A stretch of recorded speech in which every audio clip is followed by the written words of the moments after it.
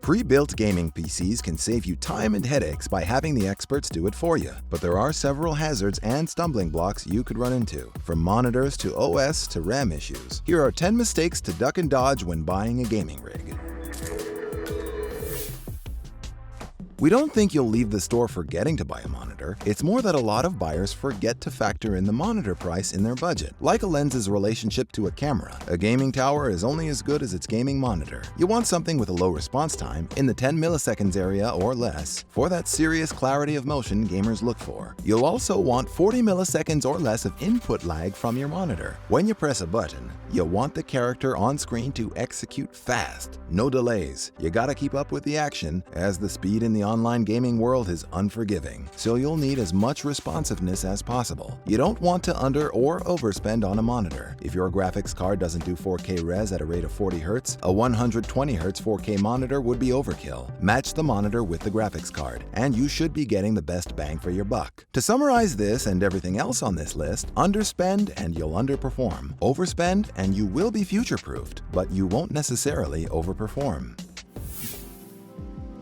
An accelerated processing unit has both a central processing unit and a graphical processing unit on one chip. Sounds efficient and futuristic, like something out of Westworld. However, the GPUs on these chips isn't what you can have now on a dedicated graphics card from the current generation. And of course, be certain to get one or the other, as in either get an APU or a GPU and CPU. Not both. An APU will make the dedicated GPUs and CPUs sit idle, and you want all the parts of your PC to be working at all times. They are your slaves. Don't tolerate any laziness inside your machines. If you do, they may become sentient and attack us humans, like in Westworld. You've been warned. Turn it off.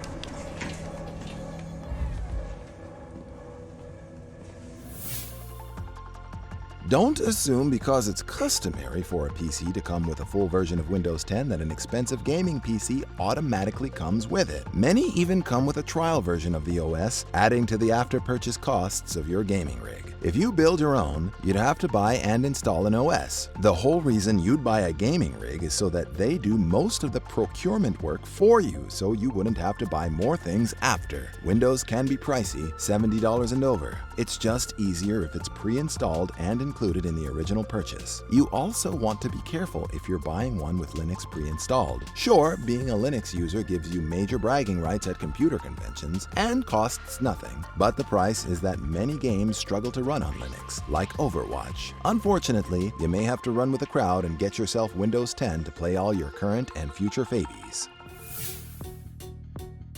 Don't get us wrong, you will need RAM, but you don't need a ton. You're going to want to get as much RAM that whatever game you want to play recommends, but not a whole lot more, as that could just make you spend more dough that you could be spending on games. YouTuber Benchmark made a side-by-side comparison of a game running on 8, 16, 32, and 64 gigabytes of RAM, and we didn't find there to be a dramatic graphical difference. I play an obscene amount of Yakuza 0, and I have a Dell XPS 17 which has 16 gigabytes of DDR RAM, but that game only requires 4 gigabytes. So I have more than I need, but because I have 4 times more than is necessary, Yakuza 0 does not run 4 times smoother, faster, or better. When I'm finished with Yakuza 0, I will be buying Yakuza 7 Like a Dragon, which requires 8 gigabytes of RAM, and maybe in the future, when Sega makes Yakuza 8, it will require 16 gigabytes of RAM, and my purchase will be validated. Instead of shopping for lots of RAM, keep an eye open for a pre-built gaming machine that comes with a graphics card with lots of RAM. That's VRAM. This will make for those coveted higher res textures and those to-die-for visuals in your game. Games are big and getting bigger and bigger. Maybe you only play Among Us, which is only 250 megabytes, and that's fine. You don't need a gaming PC to play that, unless you're the type of person who squishes ants with sledgehammers. But if you're doing it big, like playing the 45 gigabyte Resident Evil 3 remake, or real big like playing Microsoft's Flight Simulator 2020 at 127 gigabytes file size, or doing it gargantuan by playing Call of Duty Modern Warfare at 231 gigabytes, yes, you need space. gigabytes. And a 250GB drive won't cut it, son. You need 750GB to a terabyte of either SSD memory or a 7200 RPM plus hard drive to be sure you have space for what's coming out and any retro games you get a craving for, as well as fast access. You'll also want to consider getting a machine with extra SATA cables and drive bays for storage expansion purposes. And you want your HD or SSD to connect to the pre-built computer's motherboard via SATA 3 6.0 GB per second. Hey, who said playing Cyberpunk 2077 would be easy? You need a good power supply to deliver the electricity to all the components in your PC. Without proper electricity distribution, you risk getting suboptimal performance out of it and could even hurt and possibly ruin your computer's components.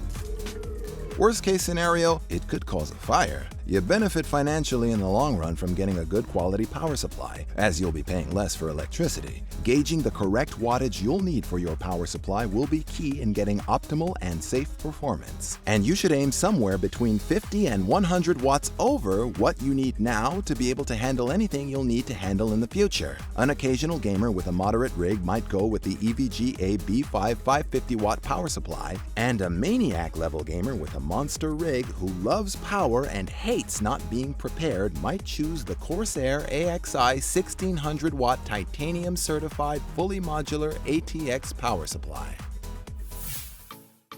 Let's take the Steam machine, for example. It's not bad, but there are pitfalls to it. It's supposed to mirror the straightforward, all-included console experience, which is good in theory. Trouble is, like consoles, these machines are not very open to upgrades should the need arise. You buy a PC because of its open system. If you want to buy a closed system, you buy a console. There's not much of an upside to buying a PC that is just like a console, especially one in which you cannot upgrade the graphics card. There's also the fact that there's 16 Steam machines out there, and the low-end ones can't play the high-end games, and because of the one way they fit together, they'll never be able to. It's mostly due to its size. Small is good in Maria Kondo feng shui kind of ways, but not so much when it comes to upgrades and mods. You need space to fit your hands as well as new parts, unless you get extremely dexterous little kids working on your gaming rig, like Wilford did on his train in the movie Snowpiercer.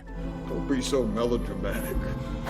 You'll also have issues with Steam's OS, which is a Linux build. And like we mentioned before, Linux-based OSs can't play all the games Windows 10 can. If you're willing and able to travel and you have an invitation, if you could show me the invite, please.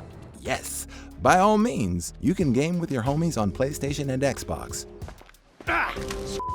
But from the comfort of your own PC setup, most games won't let you play online with console gamers. There are some full cross-platform supported games like COD Modern Warfare and Fortnite, but many titles will leave you isolated to the system you're on. Just like PlayStationers can't play with Xboxers online, PC gamers are mostly restricted to PC gamers. If your overall goal is to play online with your console-playing buddies, maybe a gaming PC isn't for you. PC gaming is an interesting beast, as you can game with the keyboard and mouse or with a controller. You have many build options that can give you the edge and get incredible graphics on games like Grand Theft Auto 5 that you just can't get on console. But does that make gaming PC owners better people? In the holiday movie The Family Man, where Nicolas Cage was offered an alternate life where he chose the love of his life over a lucrative job opportunity, in his alternate life experience where he's not as wealthy, he goes to an upscale department store, trying to recapture the prestige of who he thinks he is. When he puts on the designer suit, he says to the love of his life, "Wearing this suit actually makes me feel like a better person."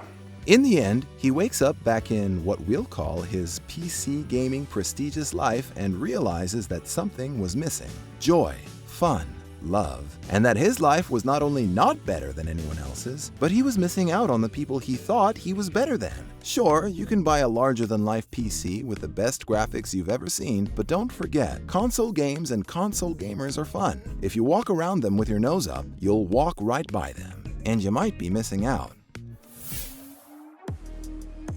People do judge books by their covers. It's the first thing they see. Same goes for gaming rigs. Some look like they were ripped straight out of a sci-fi show, and we can understand the allure of wanting a trophy PC on display. Makes you look and feel like you have an inside track on the future. And of course, the future always wins over the past. But with computers, it's what's on the inside that counts. Pretty machines come with extra cost, and some are like Ferraris with Toyota Tercel engines, sleek and sexy on the outside but underpowered on the inside. You want a quality build with all the parts on the inside working together and complementing each other, making the whole more than just the sum of its parts. If you're shallow and only fall in love with a machine's physical beauty and don't check the content of its character, get ready to have your heart broken.